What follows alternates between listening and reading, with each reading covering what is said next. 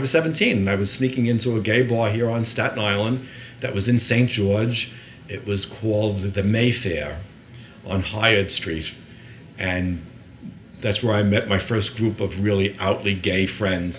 And then we met Winston, who had an apartment right down the street. Winston was having a drag party, and that was the very first time that we went out in drag, seriously. And I had my mom make me a dress. She knew at that point everything, so my mom made me a beautiful gown, a black satin gown with a fishtail bottom and white ostrich feathers around the bottom of it. When I was doing shows, I was very fiercely proud of being a man and being able to switch off and have people look at me on stage. I stripped and I belly danced. But they always announced me as, and now we have a female fantasy. People, A, don't listen to what the name of the person is, they don't really care. And then B, after it's all over with, they understand. And C, I'm not trying to lie about what I am. I want them to think that I'm a woman until I take off that last article of clothing, that's the bra, and then pull a wig off, and I had no chest and no hair. I had short hair at that point. Another gay club on Staten Island had hired us to do some shows there, and that's when Lucchese's picked me up. On Highland Boulevard, it was Lucchese's House of Seafood, and the owner, Dick Lucchese, contacted me and said, I've heard about you and I'd like you to do a show here. I did my first show and he was like, that's it, I want you here all the time. So I did every single holiday, Christmas, New Year's, Mother's Day, everything for him for, I think it was about a 2-year run. And at that point, a lot of other places in Manhattan had picked up and called us in. It did a lot of funny songs, funny acts and stuff. We always backed it up with like 3 or 4 people that worked with me all the time. It was kind of like, at that time, we were out of the 82 club age, out of the when they had the big folly kind of cross dresses. People just didn't have it any longer, and you were into more people getting up on stage and lip syncing, to songs. She feels pretty. And it was fun. It was a whole lot of fun. So all of a sudden, one day, I had this amazing amount of clothing and stuff, and then I bought the house and said, you know what? It's time to get my feet on the ground and go into the real world. And I had my first salon already. And I bought a second salon. I bought the house. And it's like I packed everything away and said, I can't do this no more. I need to be a real businessman. I need to go back into the real world and have people respect me and respect myself for being able to run a real business out there. And I did that. And it worked out really nice with 2 salons, and I got all my respect, and I still never denied who I was or what I was.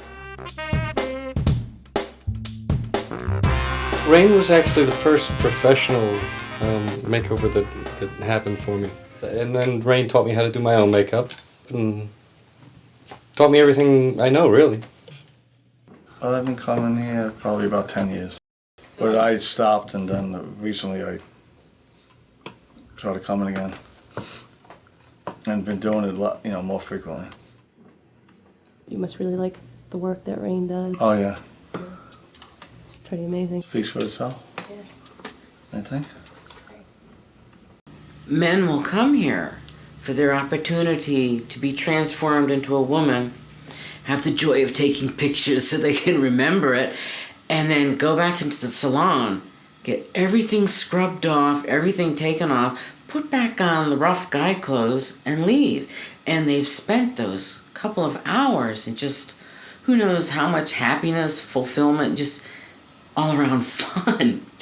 And then they can dress the way that they want. You want to be a maid, or put on the wedding gown, or do you want to be an absolute nasty slut?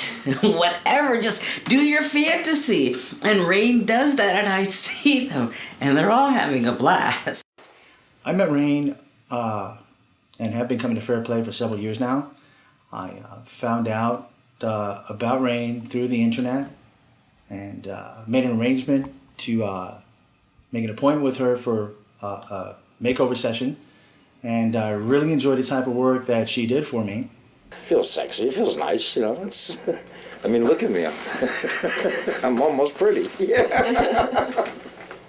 Well, the services we provide are basically just visual services where we can do everything visually. We can block out the eyebrows, we can raise them, we can give a little bit more of a lift to the eyes and the cheeks with tape, then cover all that over with cosmetics, so that we can change their features as much as we possibly can, change their body features with, foam rubber and corsets and breast forms. I guess in the time that I grew up, it was the high glamour and fashion was a big thing. So it's like I really got into it, when I started working and performing.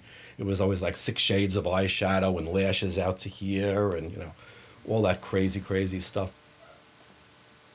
I usually, when people sit down in the chair, I ask them, what kind of a look are you going for today? And a lot of them will say, well, I want something that's extremely passable, not too much makeup, something that is, if I was going out in the mall, that nobody would, be shocked at me and look at me and take notice. I want to blend in. Other people will say, well, I want a real slutty look. I really want to look slutty. I had somebody just the other day say to me, I want to look like a drag queen. He was in from England, actually, and it's about his sixth makeover here. He comes quite often. This whole place is like, it's a school. It's a college of feminization. And anytime I have questions about anything, I come and ask Rain. And part of the good thing about being a maid is that if I need anything, I say, Rain, really, I'm trying to find a good corset that works. Do you have anything? And she'll say, sure, come on into the salon. We'll try on corsets. And she'll say, you like it? It's yours. It's perfect.